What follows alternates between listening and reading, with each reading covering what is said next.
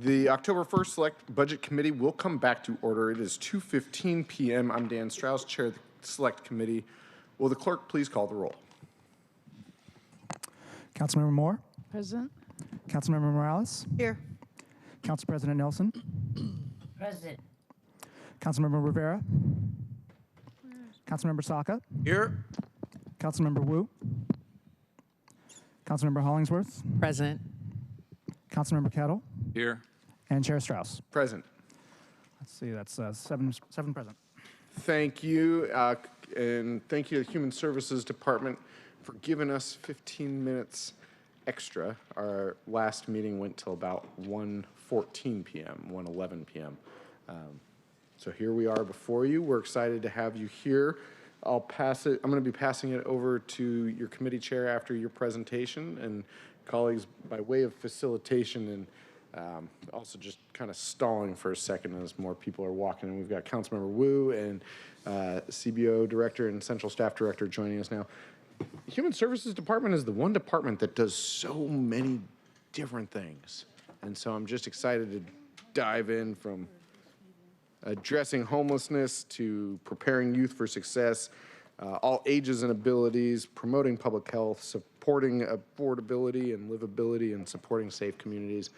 It's a very broad set of work you do. And we also have Vice Chair Rivera with us, and Councilmember Hollingsworth was here. Yeah, you were here right from jump. We are all here and ready for you. Over to you, Director Kim. Okay, good afternoon. I am Tanya Kim, Director of the Human Services Department. Good afternoon. I'm Dee Lamini, Chief Finance Officer for the Human Services Department. Dan Eder, City Budget Office. Ben Noble, Central Staff Director. Okay, and we'll begin. We're going to leave the floor to you until the end of your presentation. Okay. Then we'll turn it over to your committee chair, and then we'll facilitate questions. But you've got the floor. We'll run through the whole presentation.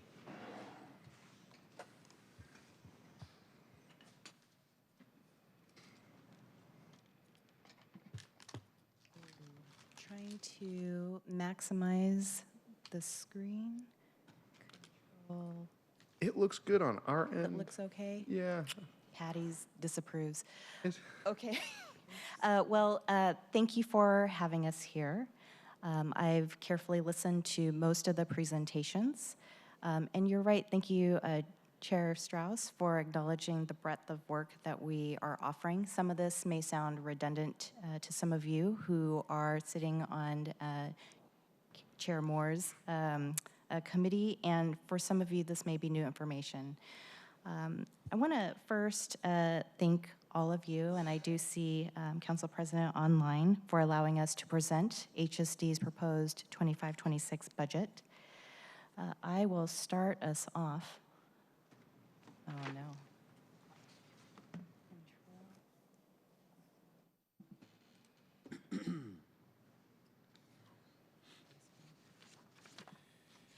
With the down button and start us with our mission.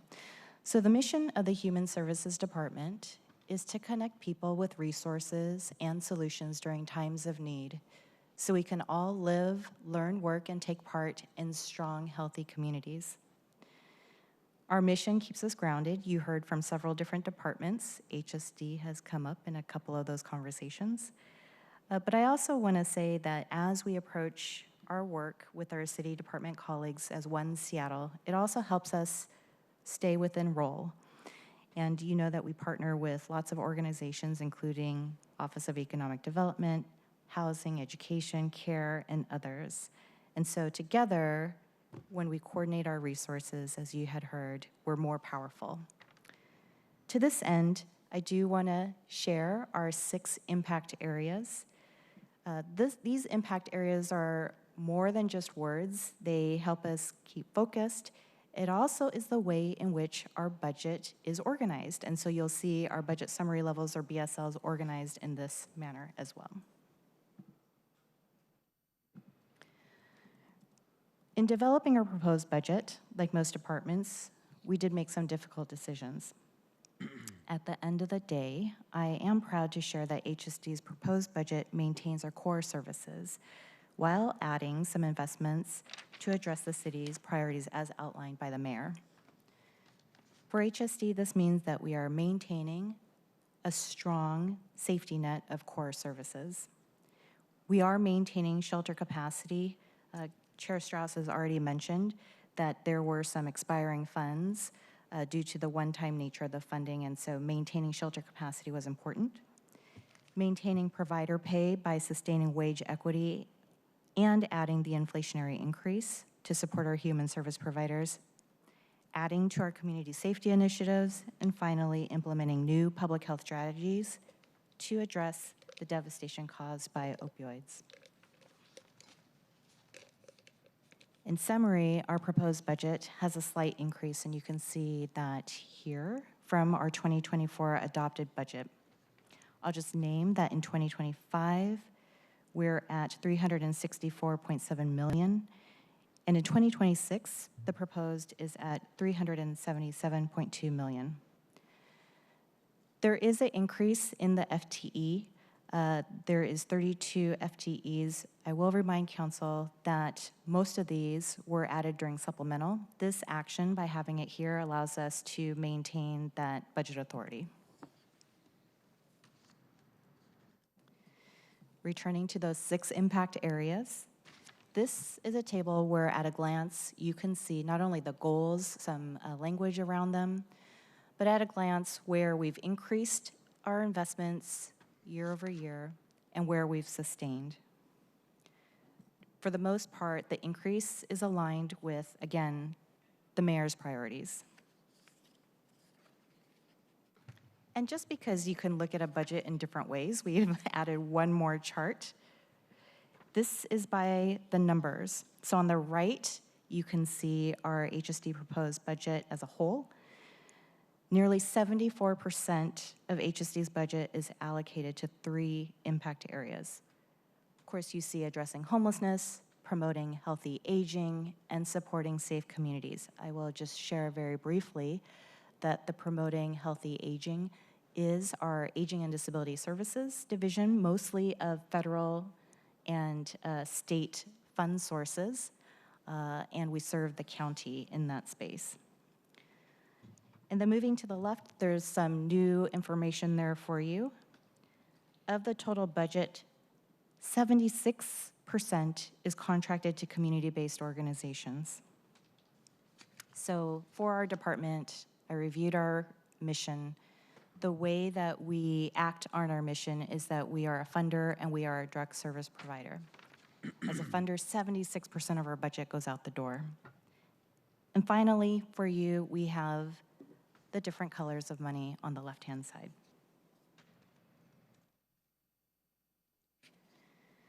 In the next set of slides, I'm going to walk us through the key budget priorities and will name the notable action items or the notable items. We'll start with sustaining a strong safety net.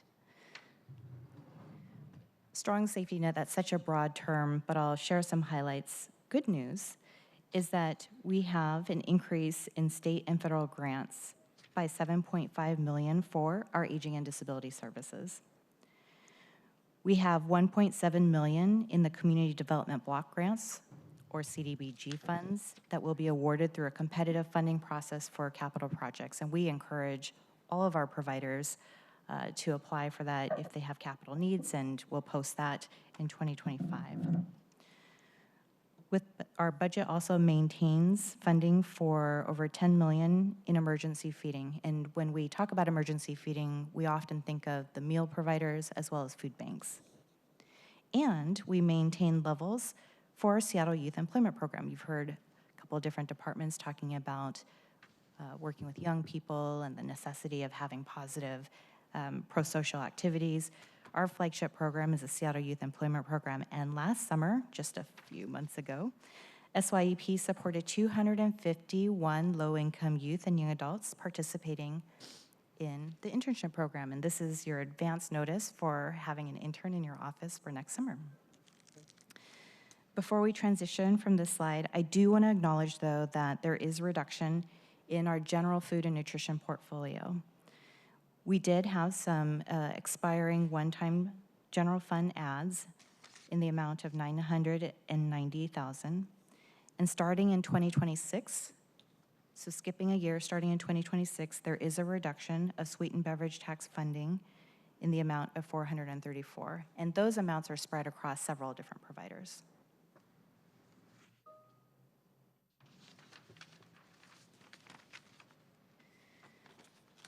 Moving on, our proposed budget for addressing homelessness is $128 million in 2025 with a slight increase in 2026. In 2025, I will note that a majority of the dollars, $105 million, goes to the King County Regional Homelessness Authority, KCRHA. This amount is a 7% increase from their 2024 adopted budget for their core services.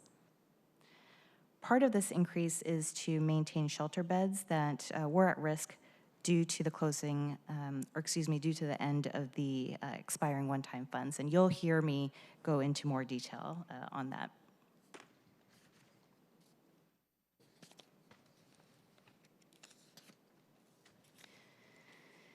Maintaining the shelter beds is a priority. The proposed budget adds ongoing funds. This one we want to call out is the Bennu shelter in the Central District, which was originally funded by one-time dollars. This enhanced shelter includes 150 non-congregate beds with wraparound and culturally appropriate services for the Black African American male community who are disproportionately experiencing homelessness. Adding the funds to maintain this program is critical to the overall bed count. We could say that we want to keep these beds online, and that's important. But it's the type of service, like I said, non-congregate, it's the culturally responsive, and I want to emphasize that the reason why this is critical for us is because of the utilization rate. At the end of 2023, all the beds were full. So had these dollars gone away, if we didn't add the ongoing funds, we would have 150 people who wouldn't be displaced. HSD's proposed budget is more than about maintaining the beds. It's also about increasing the quality of services for improved outcomes. As reported, the Navigation Center in the Chinatown International District, or CID, will close in early 2025. The proposed budget adds $2.3 million in 2025 with an increase in 2026 to stand up a new enhanced shelter. So the NAV Center goes away, we take the base, add some money so we can have an enhanced shelter. This enhanced shelter differs from the NAV Center in that there'll be non-congregate units, that they'll have access to specialized medical services, and they'll continue to treat complex behavioral health needs. The location is not yet confirmed, so I want to underscore that. The location is not yet confirmed, but it's HSD's expectation that KCRHA, with the operator, the provider, will formalize a good neighbor agreement and adhere to policies. I know that's top of mind for several folks. While the location is not confirmed, I will tell you that we're actively reviewing some potential options.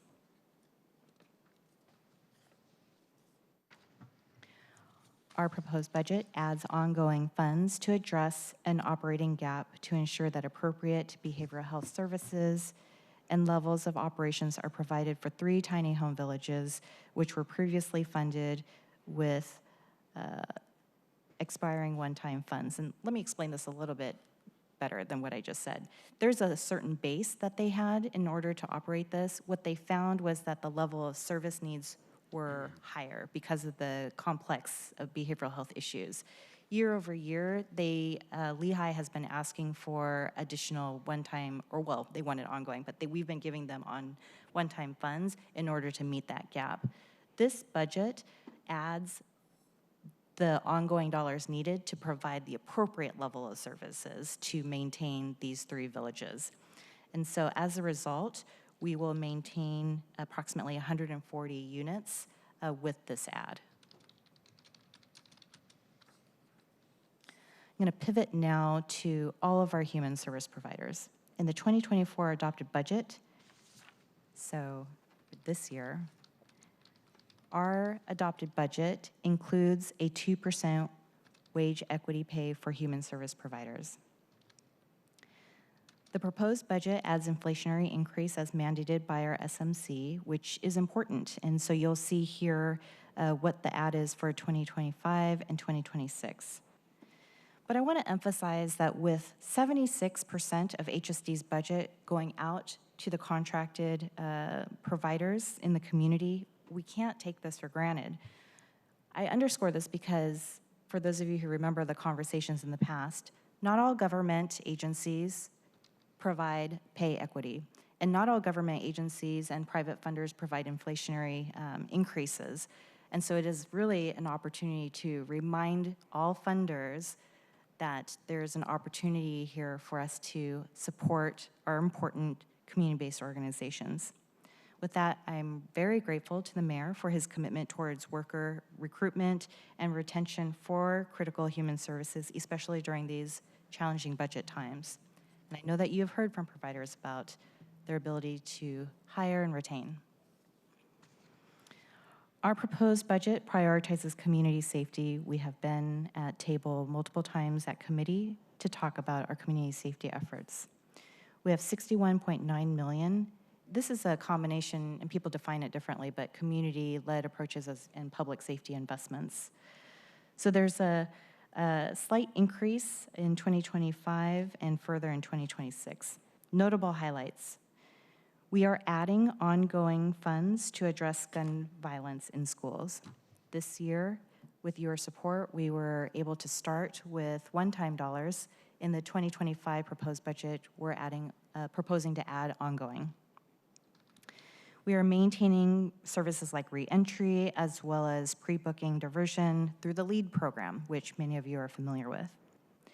We're also maintaining our investments in services to ending gender-based violence with an add of $2 million of ongoing supports to survivors of commercial sexual exploitation.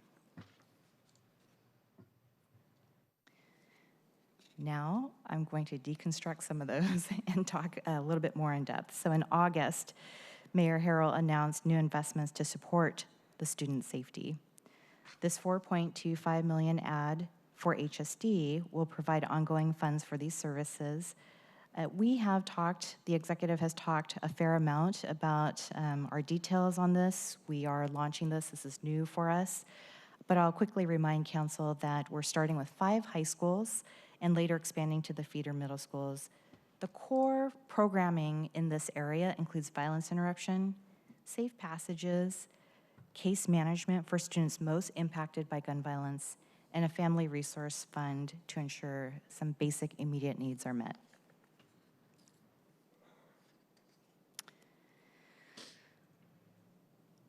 Before I talk about this ad, I do want to express, I think I'm going to follow, I believe it was Councilmember Kettle who expressed your gratitude to, who is my chair more, around the efforts of the leadership.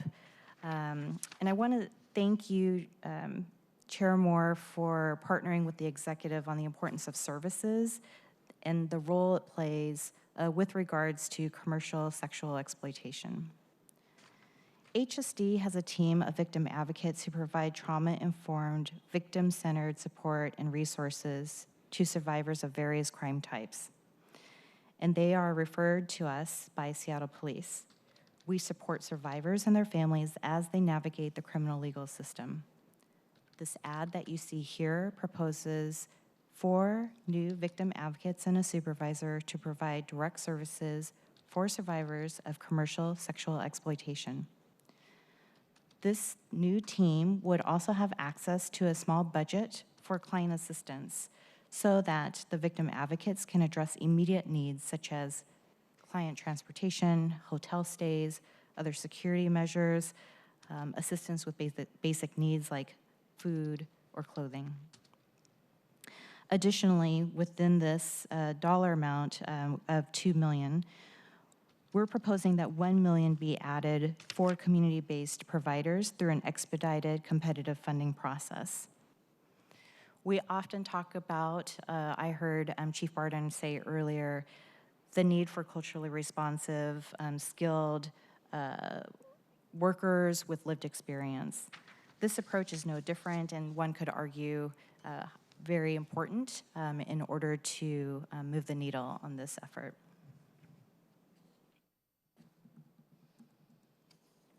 You've heard many departments talk about their role in the Downtown Action Plan. HSD is also a participant, and here we have $1.9 million in an ad to provide ongoing funds for the 3rd Avenue project. This was originally funded with one-time dollars. The ad is for ongoing dollars. We have a direct contract with We Deliver Care, or WDC, to improve safety and address unmet needs on 3rd Avenue. WDC provides daily de-escalation presence. I think you've heard from lots of folks, including business owners and workers, of their presence and their impact.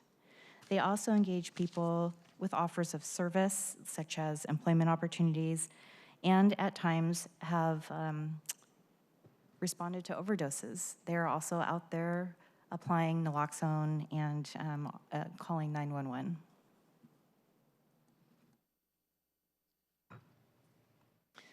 Finally, I'll end with our priority focusing on public health. Again, recently the mayor announced the city's new public health investment strategy focusing on 4 key areas. We want to focus on access to care, harm reduction and engagement, substance use treatment, substance use disorder treatment, trusted relationships, and social connectedness. In 2025, HSD plans to spend $32 million on numerous public health investments, with almost half of the budget addressing substance use disorder. That's nearly a 3-fold increase over 2024. Plainly stated, in our current and past practice, we have not paid this much attention to this crisis. These investments are a combination of contracts and direct services. So for contracts, we've got capital projects and services, the largest contract with Public Health Seattle-King County. For direct services, we have Health 99, operated by Chief Scoggins over there at the Seattle Fire Department. That's the overdose response team, and it includes HSD case managers, social workers. I want to underscore something that I've said all along at committee multiple times, as well publicly, that the quality of our investments are need to be assessed. And in 2025, we will partner with public health, specifically because it has the largest investment, but of course, all of our contracts, to develop meaningful performance metrics so we can actively assess the impact of our funds. I know that's important to all of you, as well as to the mayor.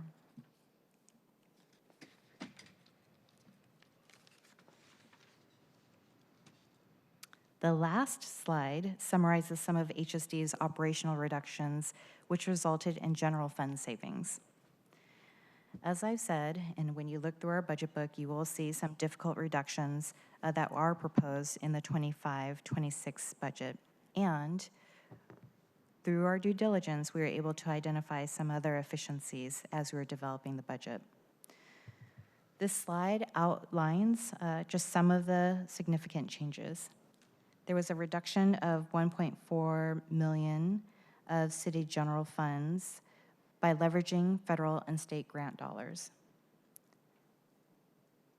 There's a reduction of $572,000 in 2025 and a little more in 2026 through abrogated positions. The hiring freeze you heard so much about, there were some vacancies. We were able to identify some efficiencies in the way we do our business, and in some cases reallocating those bodies of work. And there's a reduction of about $580 of unallocated funds, and so no impact to the community or to our workforce. So here we go. I want to close by thanking the mayor for his critical investments in HSD. I want to deeply thank the HSD workforce. They're dedicated public servants.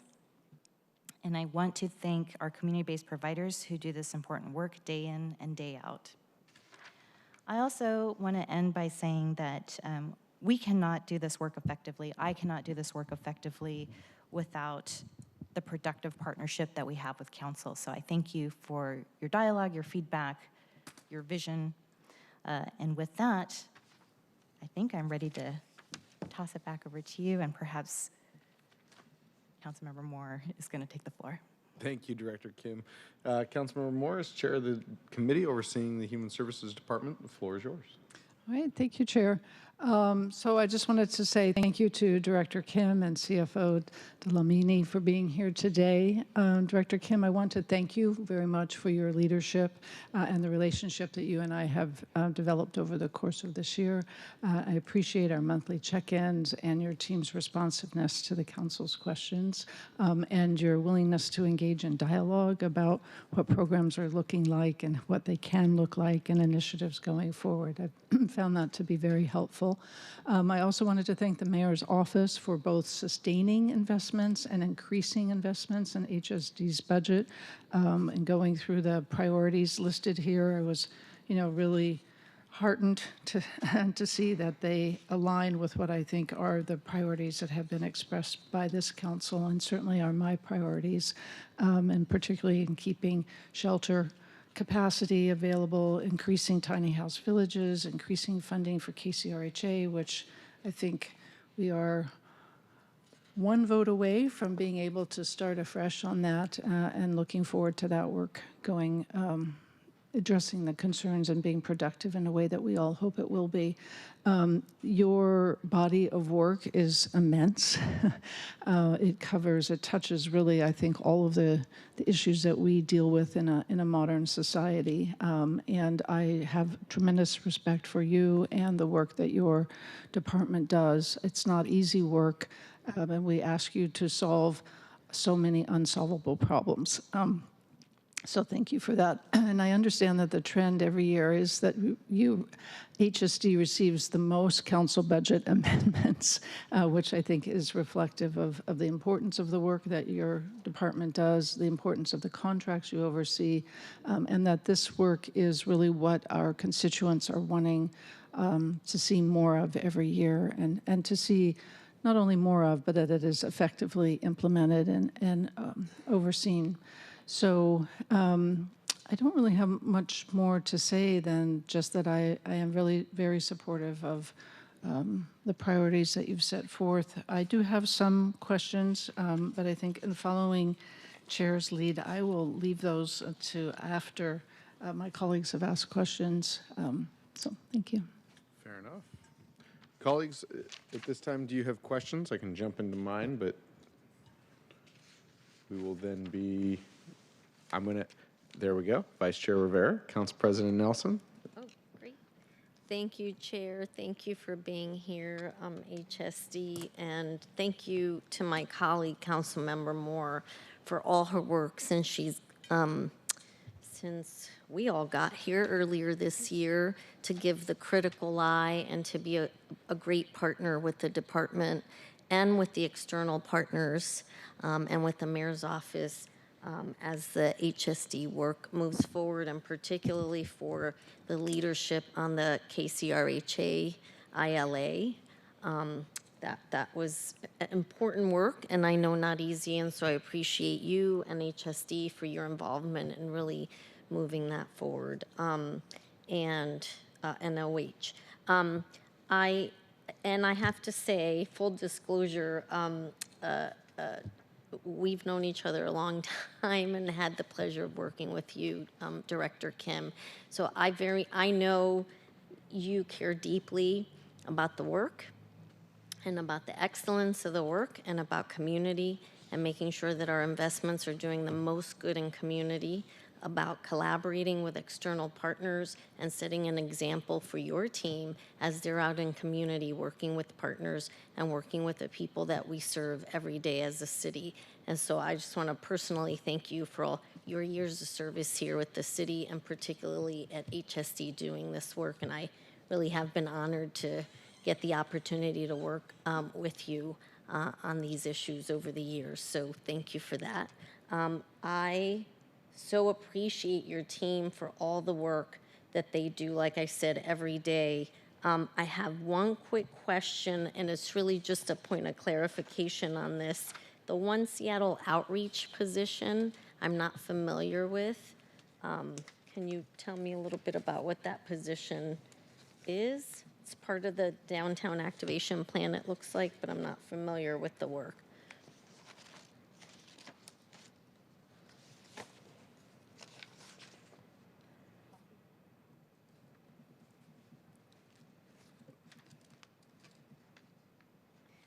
I had to turn around. So D is the brains of this joint, and then we've got more brains in the back, so apologies. We have such a breadth of investments, and we sometimes iterate on naming conventions. And so what you're speaking to, I believe, is this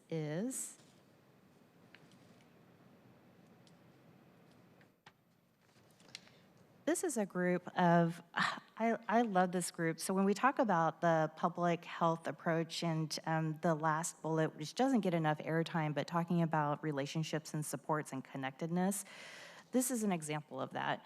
And so we have faith-based leaders who are a part of the One Seattle outreach. It is a separate body of work around the Third Avenue project. It's more of a light touch, building relationships, offering a cup of coffee and really connecting with people to see what their needs are. I do know that it is a little bit different than maybe what I talked about with WDC, which is the de-escalation. It's a different type of approach in engaging people to meet them where they're at. But happy to follow up with more detail. Perfect, thank you so much. And then I just wanted to also thank you for the work related to the youth violence prevention programs. I know that you've been really instrumental in working with DEAL and the mayor's office, and as part of that conversation with Seattle Public Schools to really ensure safety to our kids in the schools. Very much appreciate. And you laid out in one of your slides all the work that's going in the violence interrupter, the safe passages, the case management for the students. All of that is so important in conjunction with all and the mental health work. To me, this is mental health work, because if kids are getting the support that they need, that will go to ensure that they are doing well from an emotional intelligence standpoint. So really appreciate all your work there. And so I have a couple other questions, but I'll follow up via the Q&A through our central staff. But really, again, thank you for all the work that you do, and I look forward to continuing to work with you and your team. Thank you, Chair. Thank you, Councilmember Rivera. Council President Nelson, then Councilmember Kettle. Thank you very much. Director Kim, I think that you said, correct me if I'm wrong, that our contract with Public Health Seattle King County is $32 million. Is that what you said? It's that dollar amount is the investment in our overarching public health strategies, which includes multiple contracts. The Public Health Seattle King County contract itself is $25 million. Okay, well then there's a discrepancy here, because I believe it was you or someone in the mayor's office sent me the contract, the new contract, and it's amended from last year from 19 million about to 39 million, or it goes up by about 19.6 million. So I guess we'll need clarity on that. And the reason that I'm focusing on this is because I did get a briefing early this year that was talking about what is that contract going to. And it starts out looking at the community needs assessments that had been done, I think at the end of 2023. but clearly it was behavioral health, substance use disorder, things having to do with the fentanyl crisis were across the line the highest needs across the agencies that conducted community health assessments. And yet only 18% of our contract with Public Health Seattle King County addresses those particular needs. Others are around neighborhood clinics and dental care, etc. And I got the impression that there was a desire to reallocate some dollars based on a look at what are our needs and what are we spending money on. That's right. Yeah. Yes, thank you for that observation. The contract that you have is our executed contract. It's the one that we have in place. The new strategy is going to impact the new contract in 2025. And so we are now actively, they are emailing me and we're talking about what the 2025 contract is, and you will see a shift in those investments in the 2025 contract. Okay, because I didn't see any line items or programmatic changes in this contract, but perhaps it will be reflected in the one that's coming forward. That's exactly right. The upcoming contract will show the changes. Okay, and could you elaborate more on the harm reduction investments? Like break it down by category, methadone and buprenorphine versus naloxone distribution, just roughly, versus safe supplies, etc. I would love to, if it's okay, would like to follow up via the SharePoint site, Q&A. I don't want to misspeak about the percentages. Okay, thank you. Everybody already knows my thinking on distributing supplies to ingest fentanyl and methamphetamine, so I will be looking at that. Thank you. And I will say, again, I can give you what we currently have. We are currently negotiating the contract. We haven't had the initial meeting. It actually will take a series of meetings with public health because we're doing things differently. Year over year, as far as I remember, we've not negotiated the contract to align with the city's priorities. We've been adding as something important came up, but we didn't inform public health that these are the 4 priorities. We want to ensure that the funds go to treatment and harm reduction. So we need to do some good contract negotiation. So I will follow up with the information that you're looking for, but know that the 2025 is being discussed.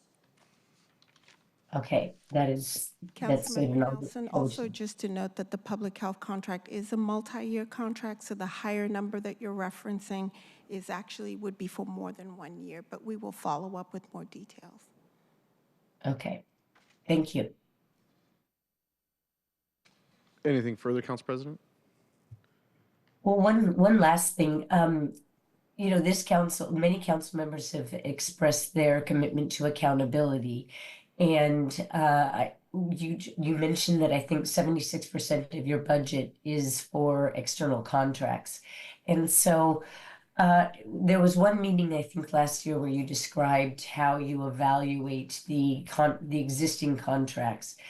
Do you discontinue contracts with service providers ever? I mean, because it seems like we're adding for obviously inflationary increases in wage equity, but do you ever decide to drop a contract? Because I'm not seeing that reflected.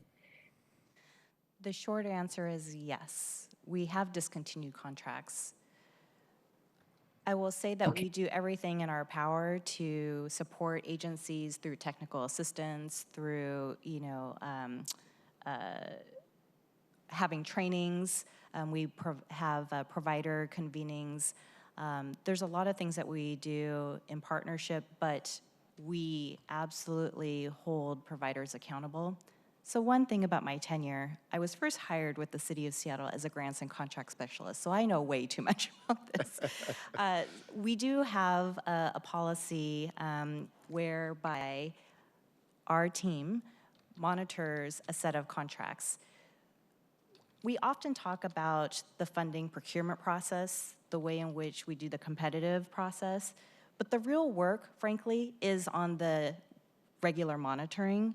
Are they performing the work that we've asked them to? There are performance measures with that. There's verification that is submitted with that. We do site reviews. We do client reviews. There's a whole process. Sometimes an organization may need to pivot because the conditions have changed. We saw that happen throughout the pandemic. So for example, we might have had youth development contracts where it was about in-person activity after school. Well, that completely shifted. So there's an element of us also being flexible of what is the current need, so long as it stays within the scope of that contract. We have some flexibility to meet the dynamic needs of people and the families. There are times where organizations may be underperforming, and so we reduce the contract. They're doing good service work. There are times where we've eliminated a contract as well. You don't see that reduction because I will tell you, we reallocate those funds typically because on the other end of the spectrum, you will always find agencies who are far exceeding their performance and they could do more with additional dollars. And so sometimes we also adjust contracts on that end as well. But you wouldn't see that as a reduction in our budget. We have the ability to reallocate those funds for the greater good. So I hope that answers your question. It does. I think that sometimes it's frustrating for us, the oversight body, to have that visibility, to be able to have your diligence confirmed to us. And so that's why I have to ask it in a public forum like this. I mean, we have the option of an audit. You already know that, I've expressed disappointed that the audit on all of our crime prevention strategies was discontinued. That was actually referenced by Chief Barden earlier, that was part of the recruitment, that we were looking at all of our strategies and thinking about ways of restructuring them. But, I'm always interested in more information than less. So thank you. Thank you, Council President. Councilmember Kettle. Thank you, Chair Strauss. Thank you, Director Kim and team for coming. I wanted to give a quick shout out to the Nicholsville team that's here in Chambers, sitting behind you. I had a great meeting with them, I don't know how long ago, but I really appreciate that. I just thought I'd give them a shout out since they're here in person. Director Kim, I have to ask, and you can blame Chief Rohr for this, because on her slides, she talked about the percentage impact of AWI on these changes. So on slides 4 and 5, talking about the summary and then the HSD impact areas overview, it shows the numbers. And is that largely driven by the AWI increases, or is there other pieces to it, particularly maybe FTE increases that go to some of those? So is it the inflationary aspects that are driving the increases? I can speak to that a little bit. Definitely inflation is a part of it. It's already incorporated.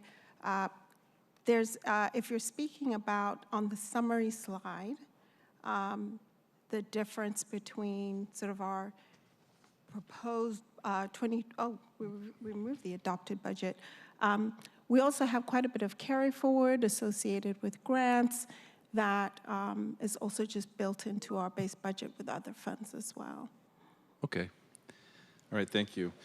And going through the different... the AWI increase, if you'd like to know, is about $9 million in 2025. Okay. Sorry for that delay.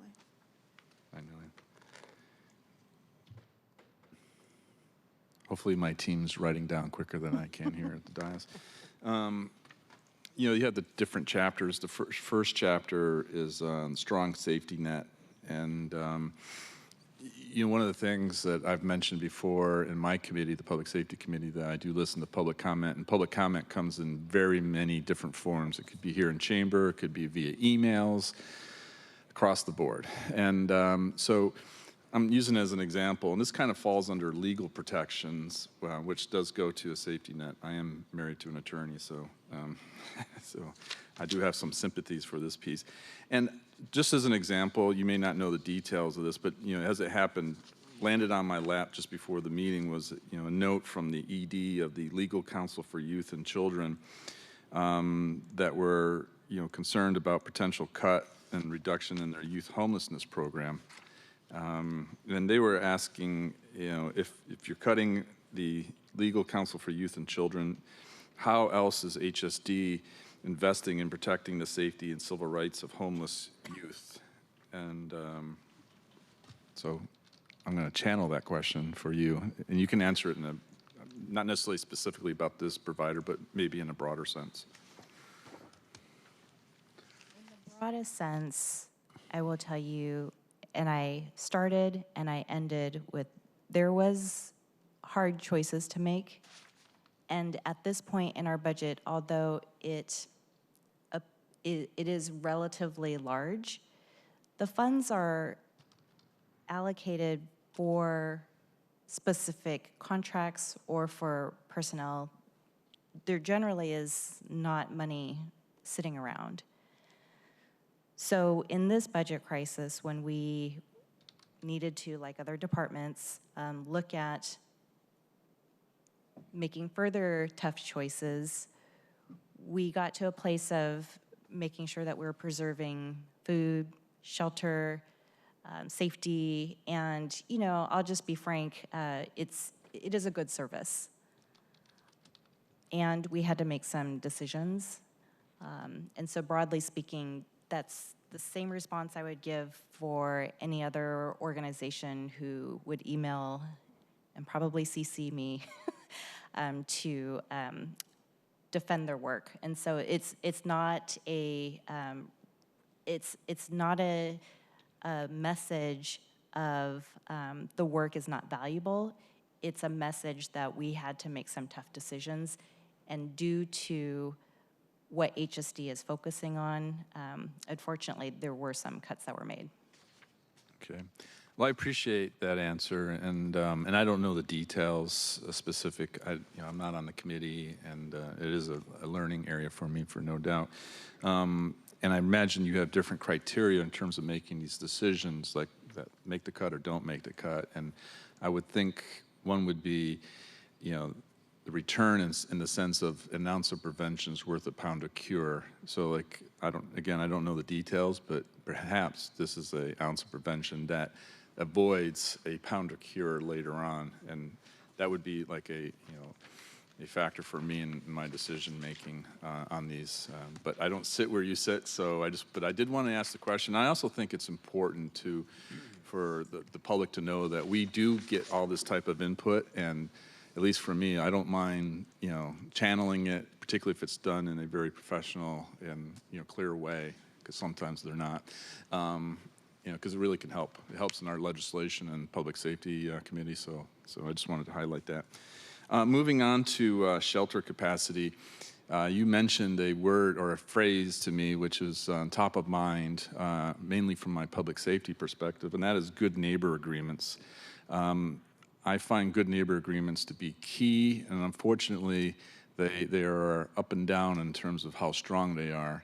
And I say this because the providers, God bless them for the work they're doing, but what they do and how they do it could impact the public safety posture in their neighborhood. I think of, let's take the state, DHHS on 2nd and Lenora. The way they do business, and I've not had a chance to engage with them, but they create a massive, crowd outside based on their operating, based on how they do business. Well, the sad thing is that crowd is then vulnerable to the vultures, aka the drug dealers, which then leads to a cascading effect. So that neighborhood then has the flagship, store, or the Starbucks across the street closing, and then we have other stores closing, and then the neighborhood's at risk, which is one reason why we have a soda zone there. That neighborhood is at risk. And part of this is in terms of what the service providers are doing or not doing. And I think engaging with the communities, with those neighborhoods, could say, hey, do you realize what you're doing here is resulting in X, Y, and Z? And then they may say, oh, we could just do this differently, and that may address a large part of it.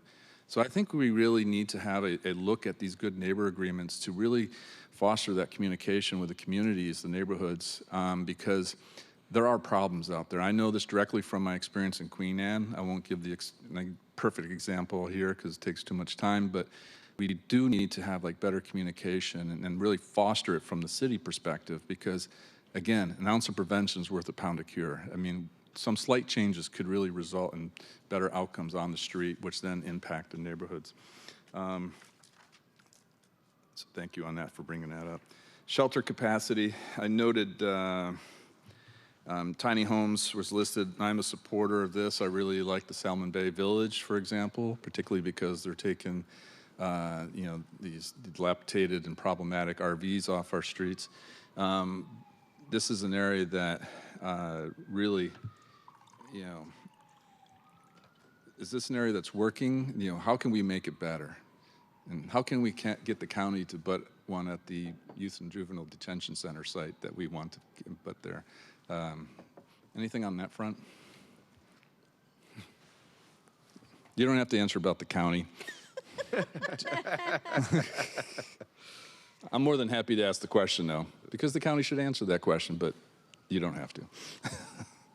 I will say I'm feeling very encouraged by new CEO Kinnison. I am encouraged by the work that we're doing to increase the quality, and that's what this ad reflects.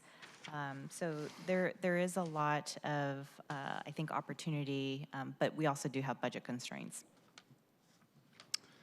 Thank you, and thank you for that point about KCRHA. And I second my colleague here, Councilmember Moore, in terms of our shared views on the KCRHA and the fact that we just have to get, was it one more vote, which is going to be key for its future. On provider pay, thank you for that update. For community safety, I note that there is a large number of organizations. I've engaged with many. I wanted to give a shout out to LEAD. I've had discussions with Lisa Dugard on her work. And I also want to thank the policy coordinating group that added loitering to their list of diversion offenses or acts that can be diverted and that they would support. Because that's really important. This is where the public safety and the public health handshake really needs to happen. So I really appreciate what they did on that side. And you've already noted the plus up related to that, on the commercial sexual exploitation line item there. That is key. And I also appreciate the gun violence in school. All these different pieces, so important in terms of community safety because it all ties into that public safety handshake. Regarding the 3rd Avenue project, I've met with We Deliver Care.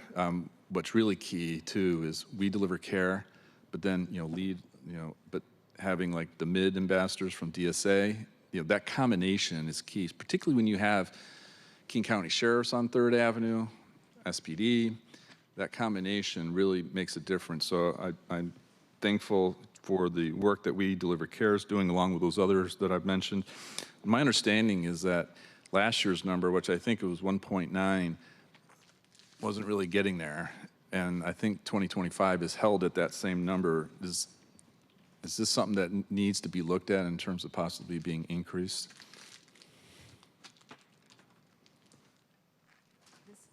We started with We Deliver Care at the 1.9 level, and that was one time, and so this ad reflects ongoing.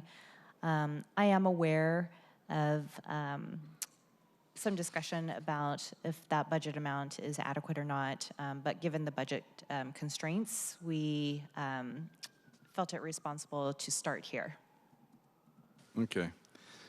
Well, I appreciate that, and I think it's just good to note it and note where they are, and if it's close, and and that we're, it's being factored in, I guess, is the bottom line in terms of your deliberations and what you're doing.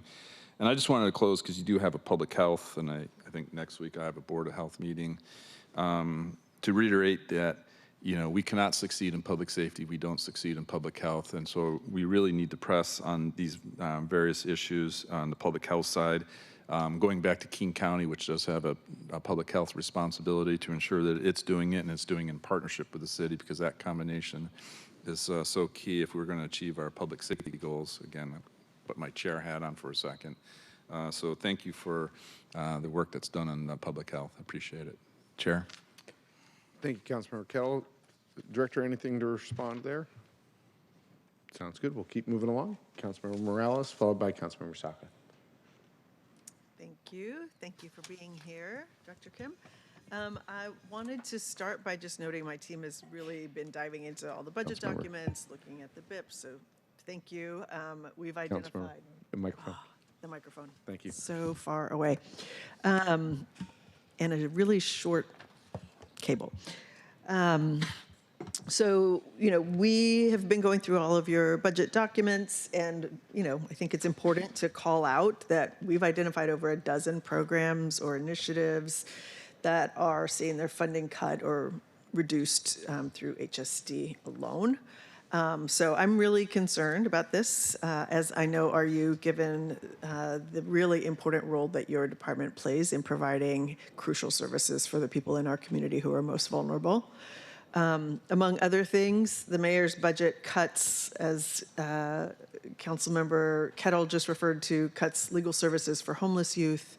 It cuts employment case management services for people with intellectual development disabilities, cuts our youth employment program. It cuts gender-based violence advocacy services. It cuts our health home program, which coordinates care and services for Medicaid beneficiaries. It cuts funding that we've provided every year for United Way's free tax prep program, cuts Solid Grounds public benefits legal assistance, takes away funding from our Safe Lot program that we've heard from folks across the city is something that is desired.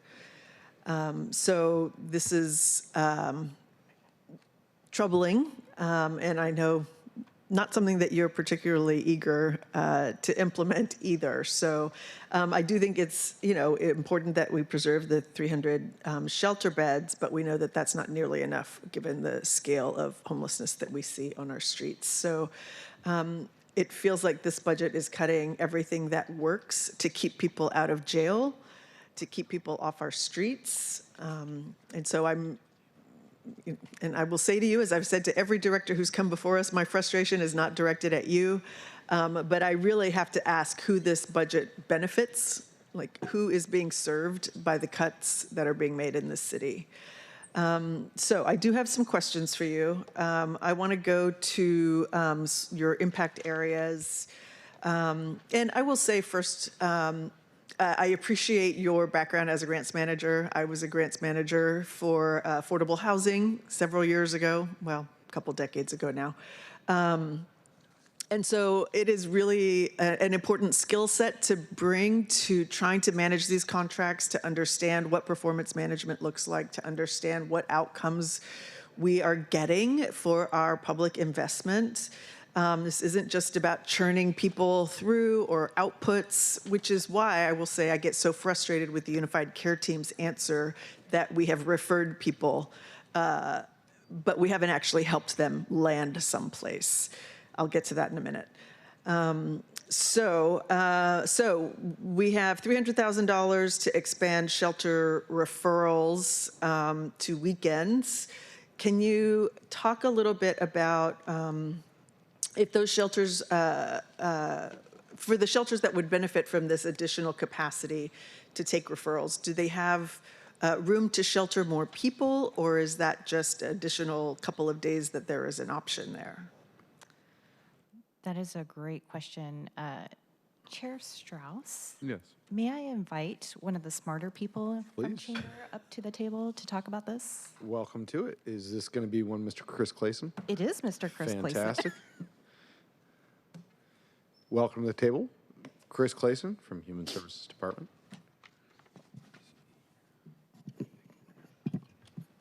Good afternoon, everybody. Oh, there we go. Just to introduce myself, my name is Chris Clayson, and I am the HSD Homelessness Division Director. As for these shelters, we would be looking to partner with KCRHA to work with existing set-aside shelters to open up some hours on the weekend for referrals. Okay, so does this add beds to our shelter system, or is this result in, like, I just want to know, are more people actually going to get shelter? There are not added beds, so it's added hours on the weekends at existing capacity. Okay. It's adding hours. Okay. So the Unified Care Team budget is increasing pretty dramatically. Without city funding to add new shelter beds and permanent supportive housing, can you tell me what would be the result of having expanded UCT teams in terms of where homeless people will go? Apologies, can you repeat the question? Dan, I'm trying to talk to somebody here. I'm so sorry. Okay, so the Unified Care Team's budget is dramatically increasing. Without city funding to rapidly add new shelter beds or permanent supportive housing, what will be the result of having expanded Unified Care Teams out there moving homeless people around? Before Chris answers, we were just discussing his previous answer. The way I think of it, we are providing new shelter beds from the perspective of opening up nights on the weekends that didn't used to provide shelter to people. That's additional person beds during nights that didn't otherwise have a place to house people. It is not going to house, it's not more beds, it's more beds that are open more nights. So that's what we were chatting about when I was speaking over you. I apologize. And I'm assuming that these are 24-hour beds, shelter spaces? Yeah, enhanced shelter, 24 hours. Okay. So even if there are additional hours or additional spaces available, it's still a one-night spot for somebody and they will be back out on the street in the morning? They can stay there ongoing and get supports once they're enrolled into services, into the shelter, I should say. Sorry about that.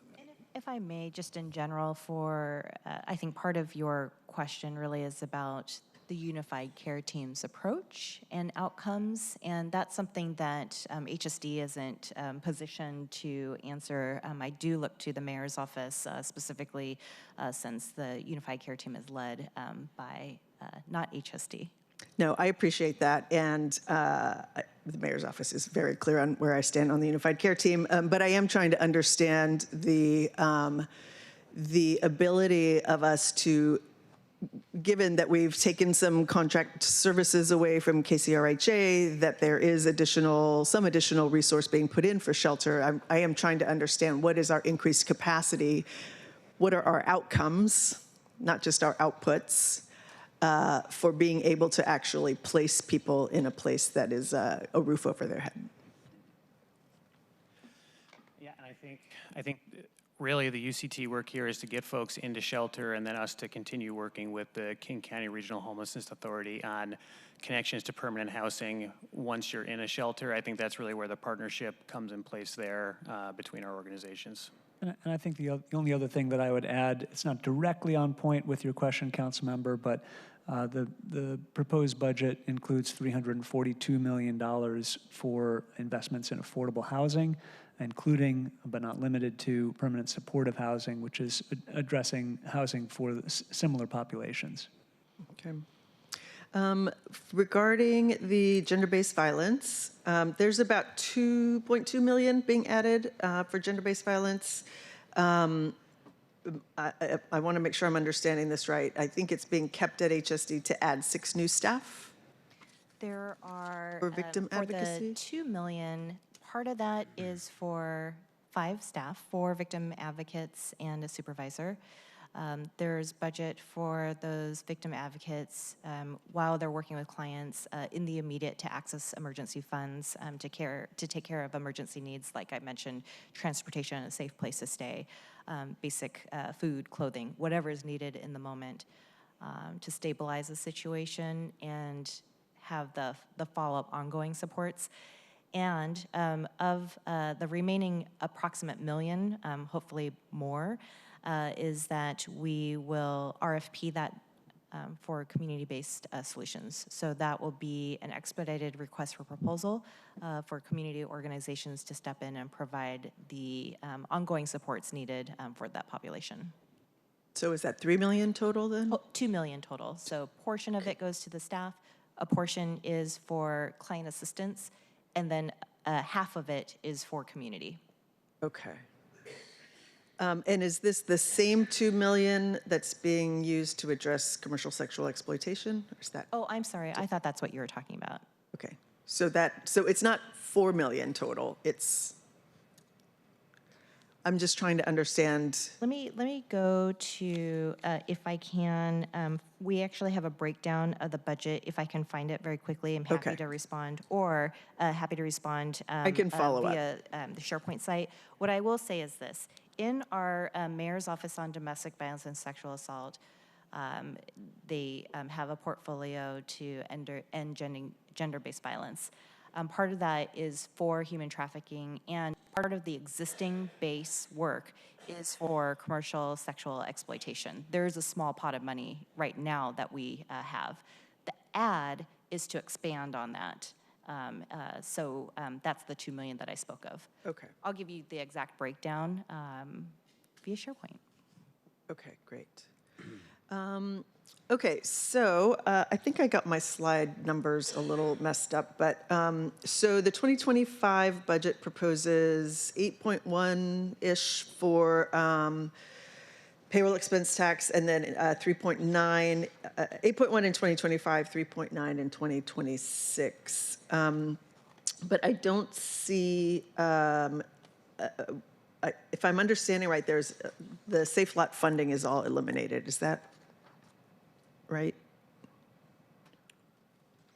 And Councilmember Morales, I'm going to just jump in to ask a clarifying question on here. I noticed that $1.5 million is removed of RV storage, which is different than the salmon-based safe lot. Is that correct?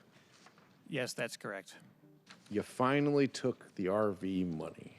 I'm teasing because I put that money in the budget. Sorry, everyone. Okay. Okay, so I guess my question is there a funding plan to support folks who are living in their cars and RVs? Yes, so in the budget, if I may, there is a shift of Safe Lot funding that will support the Tiny House Village's behavioral health services. However, there will still remain ongoing operations dollars for Safe Lots, and HSD has partnered with the King County Regional Homelessness Authority on those efforts, and will continue to do so and look at proposals as they come in. Okay. Okay, I've got other questions, Chair, but I'll add them to the SharePoint as we do. Thank you. Thank you. And before we go to Councilmember Saka, I conferred with the chair of the Human Services Committee. I just want to give a little bit of background on Unified Care Team for the colleagues. I'm going to read out of the 2019 to 2024 document and then talk a little bit about what Councilmember Morales was talking about. So I'm on page 100 of the 19 to 24. The navigation team was operated out of HST prior to 2021. The main focus of the NAV team was to coordinate the city's response to encampments, including complaints, assessing conditions, managing the storage of belongings, and centrally managing shelter vacancies. During 2020, the council repurposed the funding of the NAV team to increase funding for the contracted homelessness outreach providers. Through the 2021 adopted budget, the NAV team was replaced with a new team, the Homelessness Outreach and Provider Ecosystem Team, HOPE team, which was Councilmember Morales' leadership. I appreciated that. This action changed the number of positions associated with assessing and addressing site conditions and called for a team that coordinated outreach and shelter referral among homelessness outreach providers. Because contracted outreach providers at different ones had different takes, this is me kind of editorializing, some did not want to be present when encampments were moved. The HOPE team continued to be the only folks consistently on the ground during posted removal periods to make the final offer to shelter. I'm going to come back to this, colleagues, about final and earlier offers. During 2022, the HOPE team was incorporated into the new multi-departmental effort called the Unified Care Team, which brought together HSD, several other city departments, and KCRHA to coordinate activities addressing unsheltered homelessness and city cleaning and maintenance. The executive has indicated they're no longer using the nomenclature HOPE team. Those positions still remain, those activities still occur. and instead to refer to the Human Services Department staff specifically assigned to support the Unified Care Team, including those providing outreach and coordination services. The 23 adopted budget added $1.3 million and 8 new positions to HSD to coordinate the Unified Care Team. And so I just wanted to kind of set that record, that general common understanding. I'd like to add, if I can, to some of your comments, Councilmember Morales.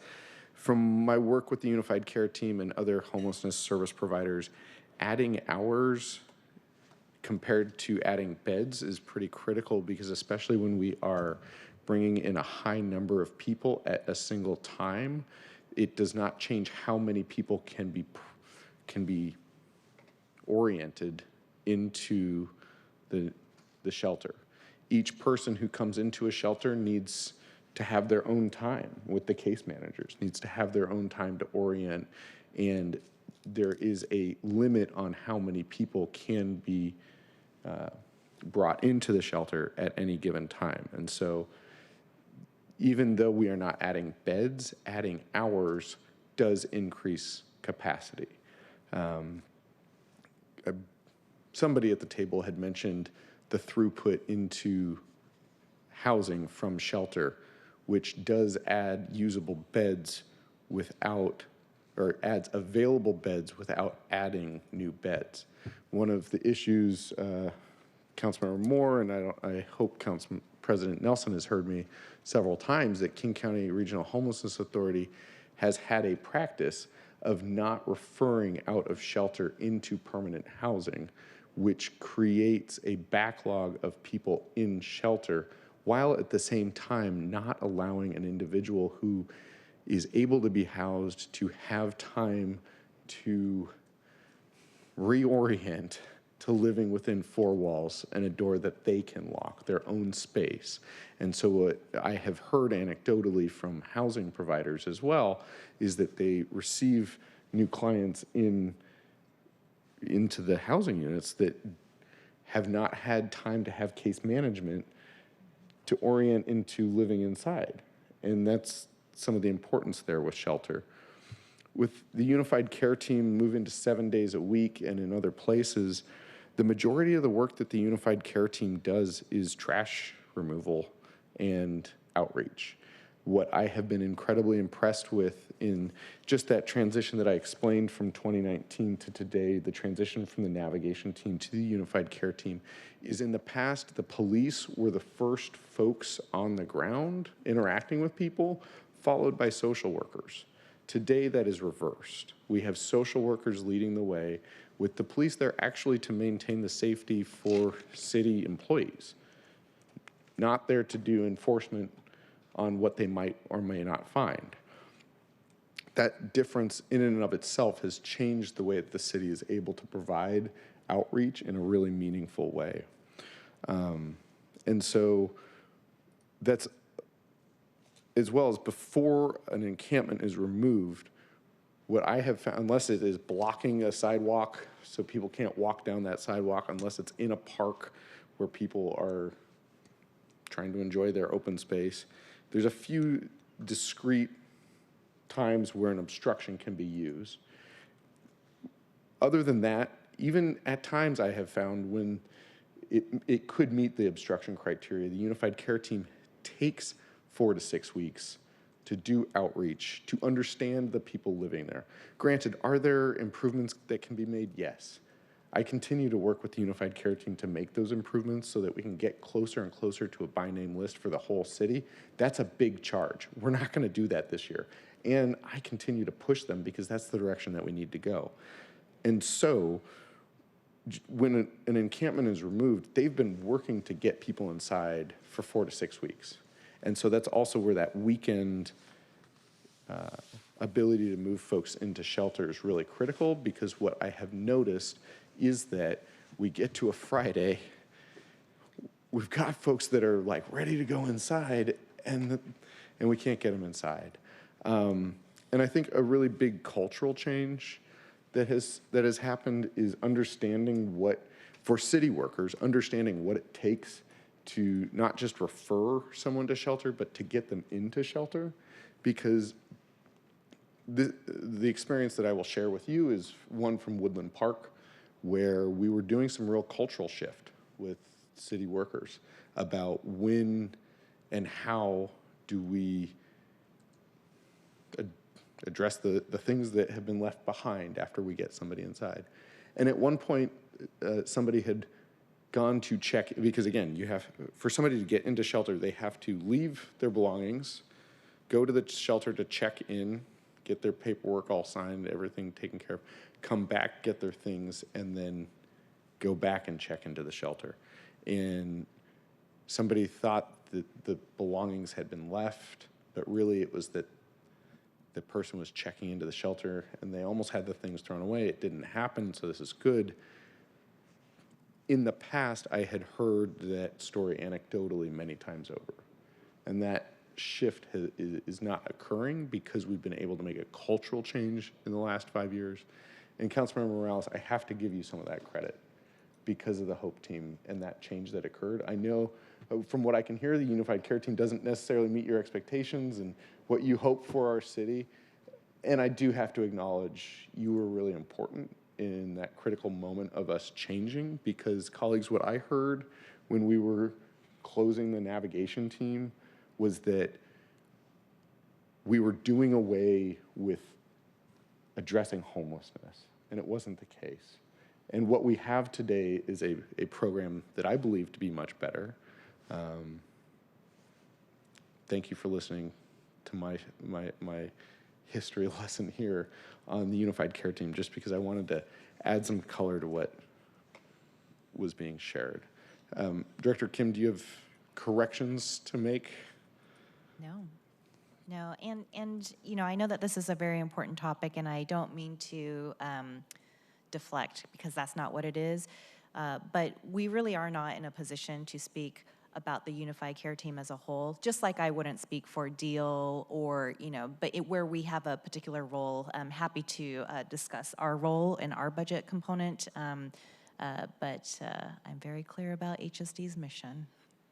Where you have staff as part of the Unified Care Team, you do not direct the Unified Care Team. Oh, I do not. Yes. Yep. Thank you for letting me go. Councilmember Saka, over to you. Thank you, Mr. Chair. And thank you, Director Kim. Thank you to you, yourself, and the dedicated professionals at HSD who perform this critical work and carrying on the people's work, really, of helping connect our most vulnerable people and populations to much needed resources and services. And so, you know, not at all an easy task, any aspect of it. But it is critically important, and I value and appreciate it. Thank you. So also appreciate the priorities, high-level priorities of the mayor reflected in the proposed budget for HSD. You know, calling out specifically the strong safety net, the shelter, additional shelter capacity, preserving that. Community safety, public health, provider health, on some of the community safety topics. You know, also appreciate the violence prevention, addressing gun violence in our schools, you know, that kind of programming, critically important. Want to talk for a moment about encampments. And by the way, let me just say, I thank you, Mr. Chair, for that historical context and overview, and just kind of sharing the history of, you know, how the current process and current team, Unified Care Team, came to be about, and lessons learned from past. And so very helpful. I appreciate some of the great points that you made there. You know, I personally do support adding hours for the reasons you mentioned. So I'll incorporate by reference your comments and the rationale you just gave. I do support adding hours of the care team for those reasons. But so shout out to HSD, and congratulations to HSD, the Unified Care Team as well, which the Unified Care Team is a interdepartment coordinated approach. It's not just you have a central part in it, as we know, but so there's many stakeholders involved in what I'm about to say. and that is congratulations. The Seattle Times recently reported in a Danny Westneat article that there was a reported 65% drop in unauthorized encampments citywide.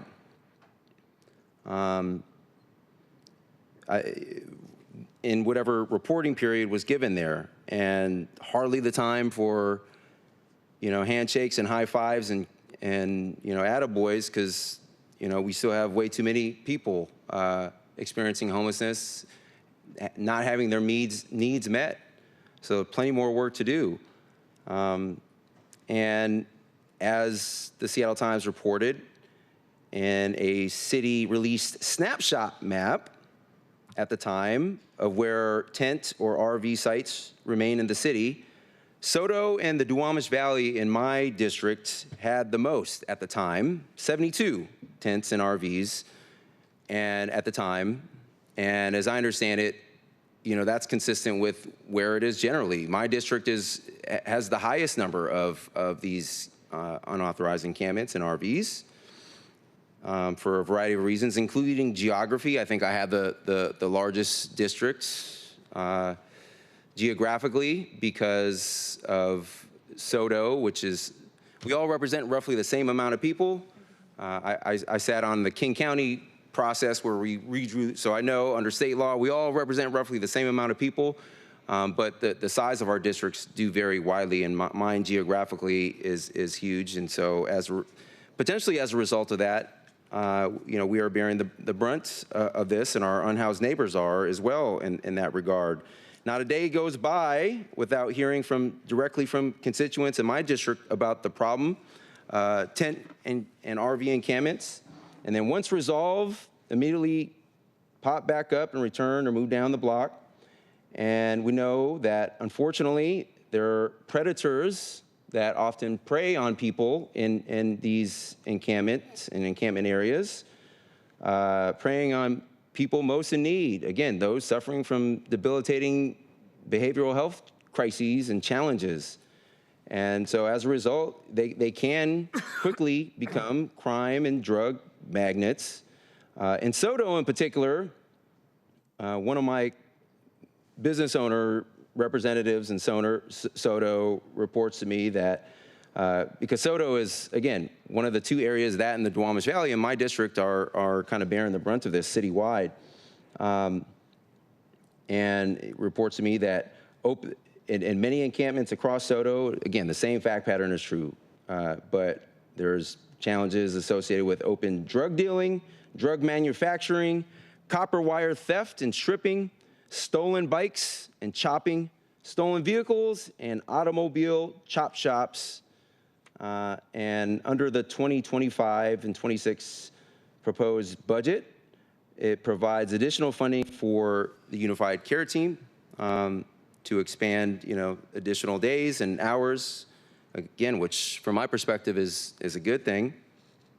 And it says that the budget materials say that the expanded Unified Care Team capacity will be focused on, quote, will specifically facilitate obstruction removals at high priority repopulation sites multiple times daily, including weekends, end quote. So, I know you all on the HSD side primarily work with supporting the outreach workers, and there's a lot of stakeholders involved in this and help with the planning, right? But my hope is that we do more as a city to help address the repopulation, and that includes some of the root causes and addressing some of the housing and when before the need ripens to the point where it is today, like they get better supports and resources. But we also need to do a better job of addressing the needs today as well. So that was just a show of support for the adding hours for the Unified Care Team, which I think is reflected in, at least in part, in HSD's budget, and the work that you all do to address encampments and connect people with shelter and services. Question about tiny homes and safe lots, so both of which really important to me. and I'd like to see a range of options, including additional RV safe lots. But I know there's a $2 million budget line item added to continue with tiny homes. And is that to continue to support 3 tiny home villages? Can you help clarify what that is going to be specifically used for?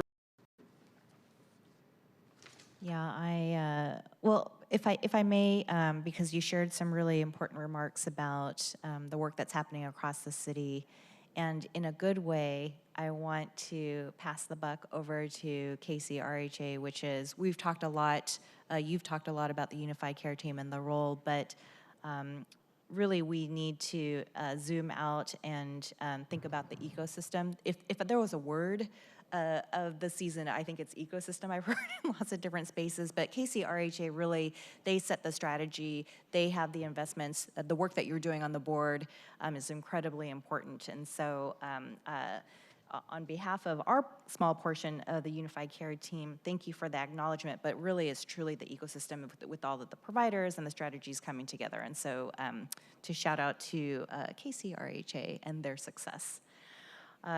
I'm sorry that I wasn't as clear with the tiny home villages and this ad. It is a little bit complicated, and so let me try it again. And if I do a poor job, I'm going to pass it over to Chris. So we have existing tiny home villages. They have a base budget. What we've heard from the provider is that it actually costs more to operate this village, and so if they don't have the ongoing dollars to fully operate it in a way that's appropriate to meet the needs of their clients, that it's likely gonna sunset because they can't operate at the level that it needs to be at. This ad is to provide additional dollars so we can pay for the full cost of the tiny home villages, which does include additional behavioral health supports and operations so they can successfully stay open. So that's what this ad reflects. Is that? Yep, that's correct. Okay. Is that clear? Yes. Sorry. Good enough for now. Thank you. No further questions, Mr. Chair. Thank you, Councilmember Saka. Councilmember Rivera. Councilmember Moore was before me. She's got last word. Oh, okay, that's fine. I just saw her hand up. She's even got last word after me, so, you know. Well, first of all, I was negligent in saying I appreciate my colleague, Councilmember Moore's work with the KCRHA ILA. Also, Council President Nelson was part of that. So, Council President Nelson, I know you're online. Sorry for not mentioning you earlier. And then just a general point to underscore the important work that UCT does, and it is a citywide effort. And I have to say, having done a ride along with UCT, all the hard work that goes into the outreach to really help find places for people to go before an encampment actually gets cleared. And that is really critical. It's a really critical piece because what I hear a lot in my district and what I know to be true is folks want people to be indoors and safe. And folks are in an environment outdoors where they're not safe. And to your point, Councilmember Saka, they are getting preyed upon. And, you know, there are some folks living in their cars and in their RVs that are working, and they have families that are living in those vehicles with them. And then there are other RVs that have illegal activity that are taking advantage of people. And I will say we have a couple at Magnuson Park, and we have permanent supportive housing at Magnuson Park. And my interest is to make sure that the folks that are in recovery are not getting preyed upon by people that are selling drugs out of those RVs. And some of the criminal activity that we see, particularly in North Aurora and the D5, with the prostitution, etc., which I know is not an RV issue, but there's a lot of folks preying on folks, and we're trying to mitigate for all that. And so the UCT does do a great job of ensuring of bringing people indoors so they're safe and away from the folks that are creating the most harm. And I think that that needs to be underscored, and it is an important piece of this, and HSD holds an important place in that UCT team. So though Director Kim, I know you can't speak for the UCT in general, I will say, having spent a lot of time with the UCT and being in close connection with the UCT, they are doing a critical service to the city on behalf of all residents, including the folks that are unhoused that need to come inside. And my great hope with this new iteration of KCRHA is that it will do what it was initially intended to do when it got formed, which is really provide indoor safe places, temporary places for folks while we're finding permanent homes for people to be it permanent supportive housing or other affordable housing and low-income housing opportunities, such as we have at Mercy House and Solid Ground at Magnuson Park with great families that are living there, and I'm so happy they're there. So I felt very strongly I needed to add my voice to the UCT conversation. I know they're not here, and so I wanted to make sure that I was contributing my experience with the UCT and why I support the UCT and why I very much support all the work that HSD does. And Director Kim, all the work that you've done while you've been at HSD, and I will say Director Kim was the deputy director at HSD before she was director. She was interim even director for a while. All that to say she's been there for a while, and she understands the department very well and has worked with the staff there. And so, you know, everyone I know at HSD and everyone in the mayor's office at UCT is really working together and are seasoned individuals who've been at this work with unhoused populations for a number of years. And I know all the work that goes into that, and I really wanted to underscore that and just say how appreciative I am. Can we do more? Councilmember Strauss, to your point, yes, we can always do more, but I don't think HSD or UCT, mayor, or any of us up here would disagree. And so thank you for the work that you do as part of the UCT team. And thank you, Councilmember, again, Moore and Nelson, for your work with KCRHA. I hope to see positive outcomes coming out of that with the new ILA and the changes that you all work so hard to make. Thank you. Thank you. Councilmember Moore, do you want to go now? Well, I've got you listed in the queue. So next is Councilmember, you've already spoken. Yep, so Councilmember Hollingsworth. Let Councilmember Hollingsworth Yeah. go, please, first. Yeah. Councilmember Hollingsworth. As per Robert's Rules of Order, everyone gets to go once before anyone can go twice. Oh, thank you, Mr. Chair. I didn't realize that. You probably said it, and I missed Oh, no, it. I didn't say I just read the book. Don't read the book. It's fair. Thank you, Mr. Chair. Thank you, Director Kim and our Human Services Department. Really appreciate you all and all the work that you do. I had just a couple highlights. Really thanking you all for the Bennu investment. I think that's huge. 27% of people experiencing homelessness are Black, and we only account for 6% of the population in the city of Seattle. So I know that organization does great work with targeting particularly Black males. So thank you. The second thing, really appreciate the Seattle youth employment piece. That's huge. I know we had a lot of interns here this year, and really want to encourage our city to continue to invest in like the youth employment piece. Also really appreciate the health and aging investments and that increasing. Our city's getting old. I see it, sorry. But we see it, right? I see it with my parents, our baby boomers, they're getting older. Also a quick plug for more housing options for our young families and the people that have to take care of a lot of those older people as well. But last but not least, I wanted to highlight and just to get an understanding about the investments, and again, my colleagues will probably be irritated with me saying food, but the investments that you all make in food banks, meal providers. There was the Meal Provider Coalition. I think last year was a line item around $300,000. I think it's this year as well, specifically to that. To the investments in food in the city with food banks. I know Councilmember Strauss talked about the Ballard Food Bank and the investment, and for that question be directed to you all. If you could just talk a little bit about that, would be super helpful.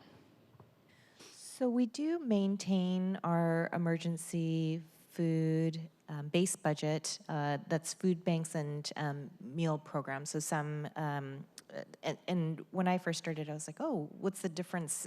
But meals, oftentimes they're scratch-made hot meals because people don't have capacity or for whatever reason to receive the groceries, the goods from the food bank. So those are two important services. There are some reductions as it pertains to one-time funds that we had in the 2024 adopted budget. Those expire, so that's going away. And perhaps Dee can follow up on that. And there is, as I mentioned, sweetened beverage tax projected reduction, and so therefore we offered a projected, a proposed reduction that would start in 2026. We do have a list for those dollar amounts. It would, the first around the one time that cuts across various food banks, and so it wouldn't be a major a reduction for any one food bank. It's still a reduction, so want to acknowledge that. And then for the SBT, I believe that there are a couple providers, and Dee can share more details. Yes, that's right, Director Kim. There's approximately 992,000 general fund for food programs and meals that are up for reductions, unfortunately. And then in 2026, for related to the sweetened beverage tax revenue, there's about an 8% reduction there as well.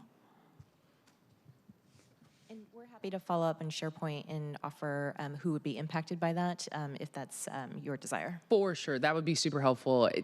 The reason why I'm concerned from the state, because there's only certain programs that get the TFAP and EFAP dollars from Department of Agriculture, and right now, the bulk of food that's being purchased by, and I said this before, between 50 to 70% is being purchased by food banks, and the food costs are going up. And a big missing piece for our city really to hone into is the bulk buying piece. Food Lifeline and Northwest Harvest had cut those programs because they have to, focus on other stuff.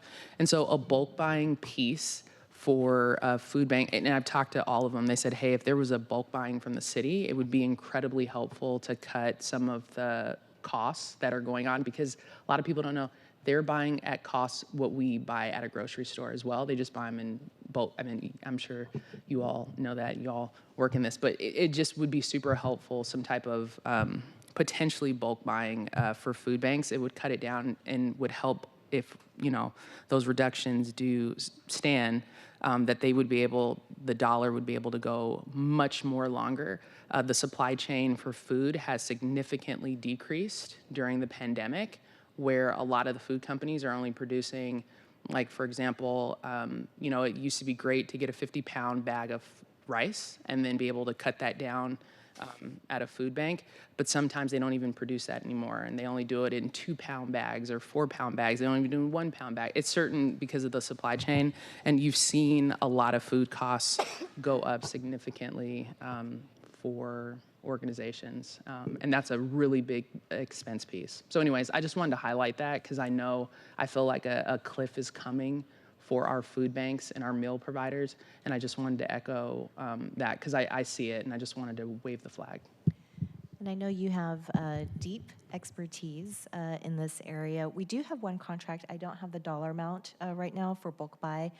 One of the things that we've heard from our meal providers too, in addition to bulk buy, is receiving and having access to fresh and culturally responsive foods too. So it's a combination of different sources. So certainly bulk buy is critical, and the other items that are very sought for.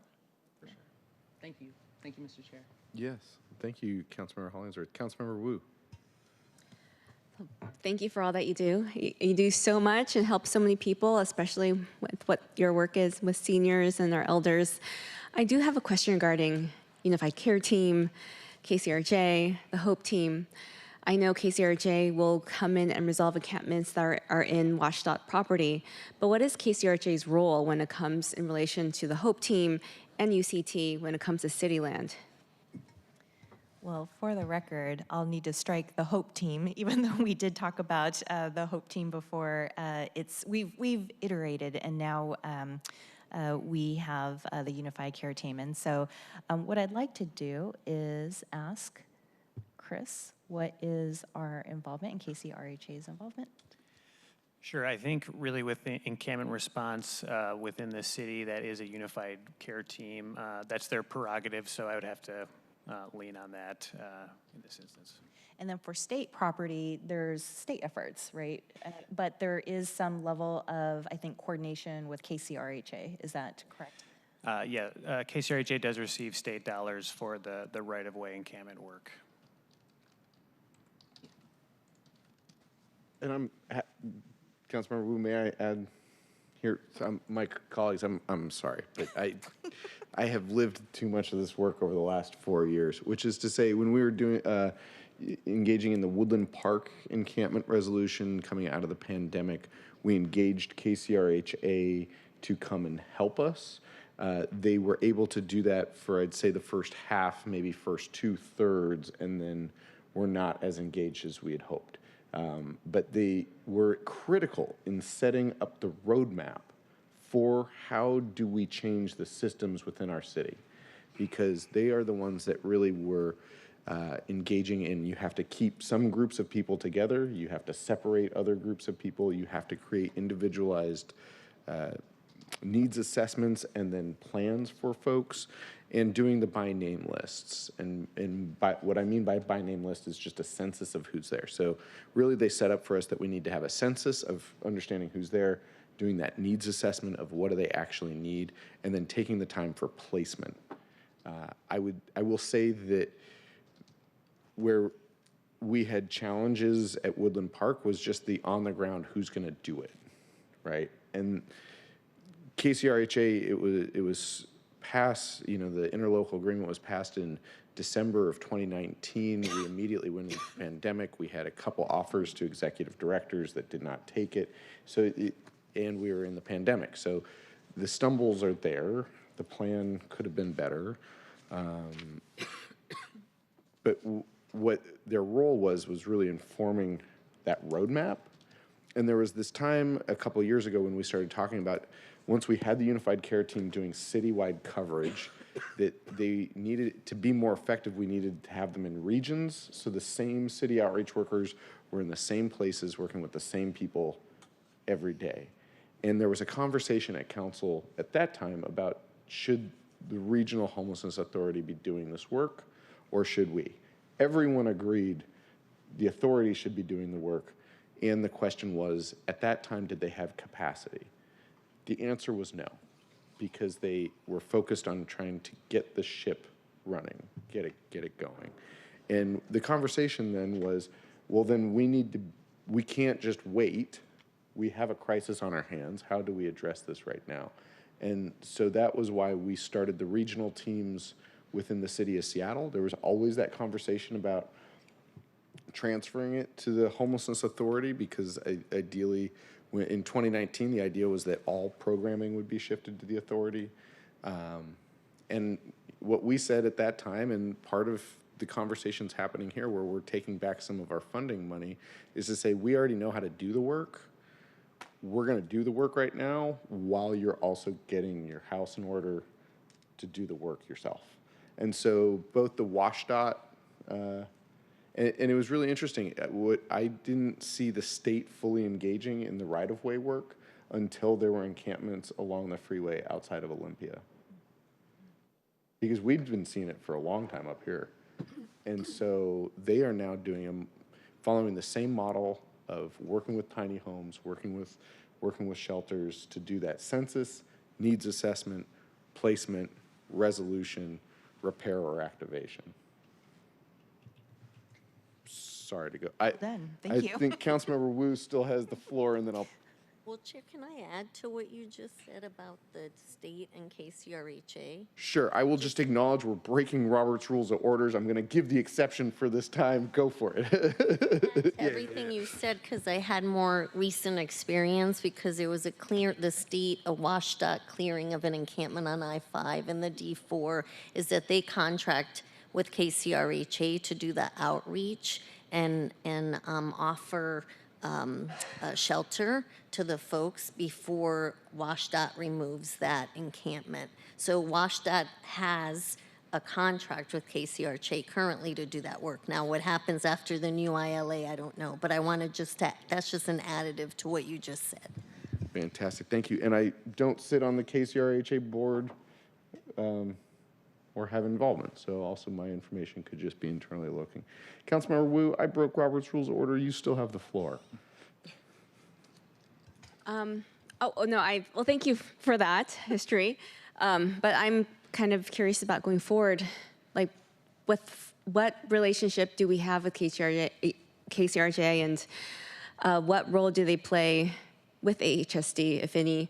But it sounds like this is something that's currently ongoing and being negotiated and may involve other departments as well. Well, we have a formal role with KCRHA, and we've, of course, have a couple of council members serving on the governing board. That structure, as discussed, is changing.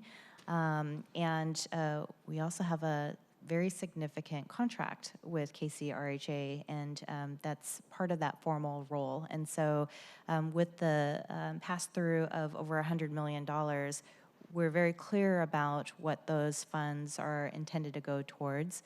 We monitor that. I also like to think that we support and partner around contracting and cash flow issues and some other things as they were standing up. And so we are collaborative in that nature too. And so we absolutely have a formal role as well as council in supporting KCRHA. Fantastic, thank you. Councilmember Kettle. Thank you, Chair Strauss, for the history lessons. I do appreciate them, although I did live them from a community perspective, so I have a little different perspective on it, but it's interesting to hear the other angles on this. And Councilmember Hollingsworth's comments reminded me, Sacred Heart Food Bank, just want to put a plug, they're great people. It's a small operation, but they're fantastic. On the Unified Care Team, I just wanted to add my remarks that I am a big supporter of the UCT. I am super supportive of the idea that they've gone to the district model, because that allows for that kind of local knowledge. Those touch points are so important to be more effective, and expanding it into the weekend is going to be even that much better. And part of this too is, often, I've seen this in other areas, like how do you solve for X? In this world, X oftentimes is that one individual. But I believe in a council, as a council member who has broader responsibilities, that when we solve for X, X has got to be those individuals, yes, but it's also for the neighborhood too. And that's what UCT does as well. In addition to supporting those individuals, it also helps the neighborhoods, which is a fantastic, part of this that's not really talked about, but it's important to add. And going back to Chair's the history lesson and talking Woodland Park. We have a thing called McLean Park, East Queen Anne Greenbelt, Hillside. Absolute disaster. Absolute disastrous response from local government, from all different elements of the executive, the previous city attorney. A whole host of people failed us. And going back to emails I got an email today, and out to We Heart Seattle, and specifically Tim Emerson, who is an unbelievable outreach person who's been working so hard in this area. And I tell you what, they stood up and succeeded where the city failed. And so I just wanted to put that out there. I have no problem doing so, just like asking questions about the KCRHA, which, except for these changes, would have been shut down on December 19th. So thank God these changes are going through with this one additional vote. And with the UCT, we just have to be straight up on these programs and the impacts that are having on our communities. And so that's my view on UCT, some of these problem areas, and groups that are outside of what we're doing in this budget, which We Heart Seattle is not part of this. So just want to give that those points. Thank you. Thank you, Councilmember Kettle. No, sorry. I'm just looking around. I'm going to ask my questions, share my remarks, and then I'm going to pass it over to the chair of your department. Colleagues, thank you for the grace today as I took exceptions to Robert's Rules of Order and jumped in a couple times. Here we are. Director Kim, I just have to say, regarding your answer about the youth legal services, you gave a really candid answer. The same remarks that I gave at the end of the last presentation is that to be able to have this level of candidness on the record, or just in general, requires us to all be on one team together. Disagree, like we all will have different levels of agreement on different things. I just want to thank you. That's the relationship between council and the executive, council members and departments has not always been, it hasn't always been. And so it's really refreshing to be able to have a conversation, even though we're in public session on Seattle Channel, award-winning Seattle Channel. I just want to thank you for that, because I will get into my questions about some of these reductions. But before we get there, you mentioned the unique aspect beyond all the different business lines, that you're both a funder and a direct provider. You mentioned that pay equity, even with the contracts, is important, and I'll editorialize that it keeps these folks in their jobs. And when we're talking about outreach workers working with the same people every day, if that outreach worker quits their job because they're not making enough money, then we're undercutting the effectiveness of our outreach. Before we get back into there, Director Kim, one of the questions here is about upstream investments. I know we spend a lot of time focusing on a group that you don't oversee, that you have staff as a part of, but I'm wondering if we can zoom back out and talk about some of the upstream investments that you'd like to highlight out of this budget. Thank you. I love talking about upstream investments and often don't get the opportunity because we're dealing with so many different crises that are merging at the same time. There's several different places that we find upstream. And so big lift up to our Youth and Family Empowerment Division, which is where I worked. And there's several different investments in there. I highlighted the Youth Employment Program, which I think I have a commitment from Councilmember Hollingsworth to take on an intern for next summer, maybe two. But there is, it's necessary, and I don't think I have to sell you on this, but we talk a lot about safety, mental health. Multiple departments touched on that. And you've got to have, and I know Councilmember Morales, you were advocating for this, you also need to have activities that are fulfilling, that are enriching, that where young people can express themselves, they learn skills, but they have the peer supports and most importantly, caring adults. There's a lot of science actually around the importance of having those experiences, because otherwise what will dominate are the traumatic experiences that get us to the things that we're talking about to try and mitigate with regards to homelessness and substance use disorder and you name it. So the Youth Employment Program is one, but we also have investments in youth development. We have investments in we've talked about this before, but utility discounts. And so that touches multiple departments. Of course, Seattle Public Utilities and Seattle City Light. HSD is the primary administrator of those, and so we provide direct services there too. Thousands of households are enrolled in discounts. They qualify for those, and that could be the difference of paying rent, paying your utilities, and being able to buy school supplies and sending your kiddos off to school. So there's lots of different prevention or more upstream investments that we offer, again, in the name of our mission, to have people have what they need in order to thrive. So thank you so much for asking that.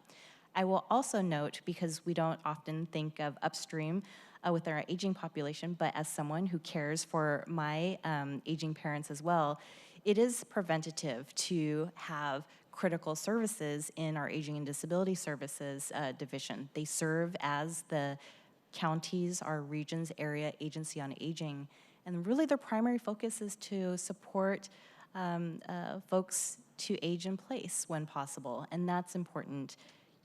Falls, it could be everything from falls, it could be accessing your benefits, making sure that you have those access to health care that that one could benefit from. So those are important upstream services that we also offer across our age spectrum. So thank you so much for that question. Yeah, I'll just add to it. On page 105 of the 2019 to 2024 budget document, the one area of growth within your department that grew by over 500% was your supporting safe communities business line of service. And this was intentional. It wasn't that we were creating 500% new programs, but we were administering them more efficiently, from domestic violence and sexual assault to crime survivors services, from gun violence prevention, gender-based violence, and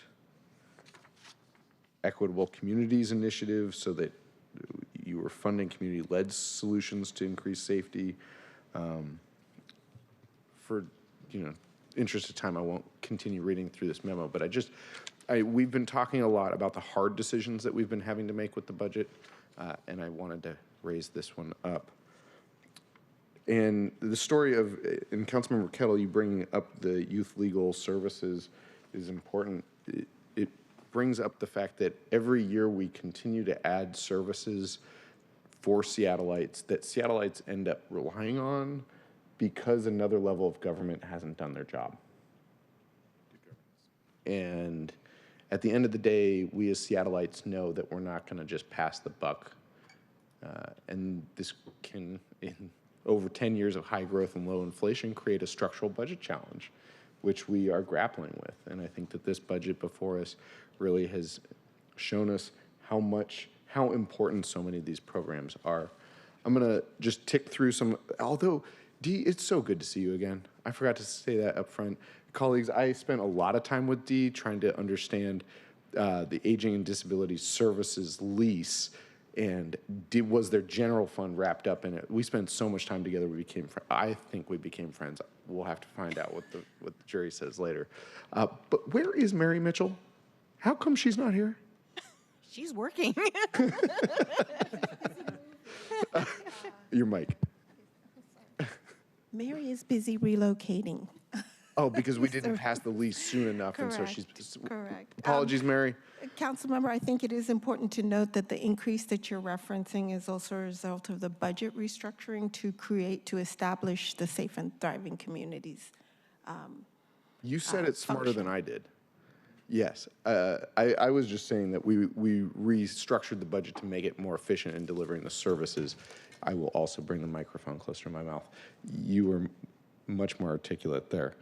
I'm going to tick through some of these. I teased Chris Clayson about the RV storage because this was a pilot program that we had worked to set up. We unfortunately had a disagreement with civil division attorneys in the city attorney's office about some definitions and code that members of city council central staff had written in the land use code, and that these attorneys were interpreting it in a way that was quite conservative and conflicting with common sense.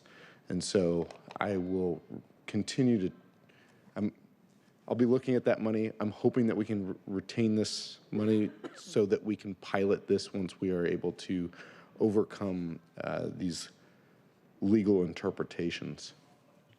I will also just ask about and this is on page 168 of your budget book, just for reference. The 450,000 general fund programs for addressing gender-based violence. And I'm just going to tick through these questions, and maybe Director Noble and Director Eater, we can circle up later. I want to clarify that this was the 450 that I added in the budget last year regarding a budget error external to the city, as compared to the ongoing funding that we have traditionally provided. I want to check in about these, the general fund for community safety programs. We've already talked about the legal counsel for youth and children. Wanting to check in about the United Way tax prep assistance, and even if there's not a way for us to provide funding, I might have a couple other ideas about how we can continue supporting their tax preparation assistance, because I know that this is really critical for a number of people in the community, and I'd like to see what we can do there. I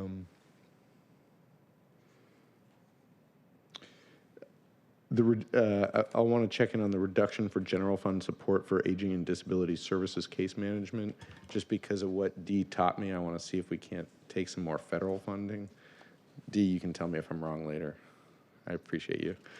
Or right now. I believe there are active negotiations with the state to, we did have the $7 million increase in our federal indirect grants that are passed through to us. And also the reduction also is offset by leveraging more of the federal grants. So really more swapping general fund for maximizing some of the pass-through grants that we get from the state. So we wouldn't be reducing services provided to the community, we would be reducing the general fund reliance. Correct. Oh man, you're good. This is what I was trying to do with the lease, but I couldn't. And then lastly, Councilmember Hollingsworth had touched on this, the reduction of the sweet and beverage tax funding for food and for child care providers. Thank you for clarifying that that occurs in 2026 and not this January. That's something that I'd like to look into, because anecdotally, I have heard, and this gets back to what Councilmember Hollingsworth was saying, of in our area, we buy food rather than get food for our food banks. And even with buying in bulk from Food Lifeline, I've heard anecdotally that there are times that Food Lifeline is providing food at a higher cost than even Costco. And so this, it's anecdotal. It could be a one-time blip. It's very different than when I was in AmeriCorps working with Food Lifeline as an AmeriCorps member in a rural community where the food pricing is so much different than Seattle, which is the largest regional center in the United States. Next closest is Twin Cities, Chicago, Sacramento, San Francisco, or Salt Lake City, Denver area. So I just understand that there's that tension there. Those are all of my comments and questions for our budget team. I just really want to thank you for doing it. We didn't really talk about all ages and abilities or our aging services or our youth work. Just know that I will be adding some questions to SharePoint, and I just really appreciate the breadth and scope of your work, because when you say Human Services Department, it's all of the services from when you're born to when you need more help. Thank you, Director Kim. Chair Moore, the floor is yours, and then we'll close out for the day. Thank you very much, Chair. I don't have a lot to add. I think we had a very fulsome and robust discussion. And just to acknowledge, that there are tough decisions that have to be made, unfortunately. I do share the concerns about the cuts to the homeless youth legal representation and the tax prep funding. But that's something I can talk about later. And I guess just, to Councilmember Morales' question, who does this budget serve? Well, I think that it really does its best to benefit the most vulnerable in our community. And can we do more? Absolutely.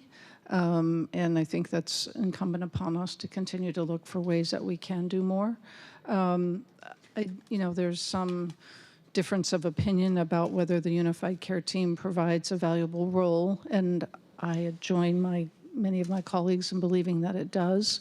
I've called for sort of a hyper-local approach within a regional approach, and I think the Unified Care Team provides that, and why it's really critically important that it expand to be a district, not just a region within the city, but district by district, because they are then able to establish those one-on-one relationships, which are important.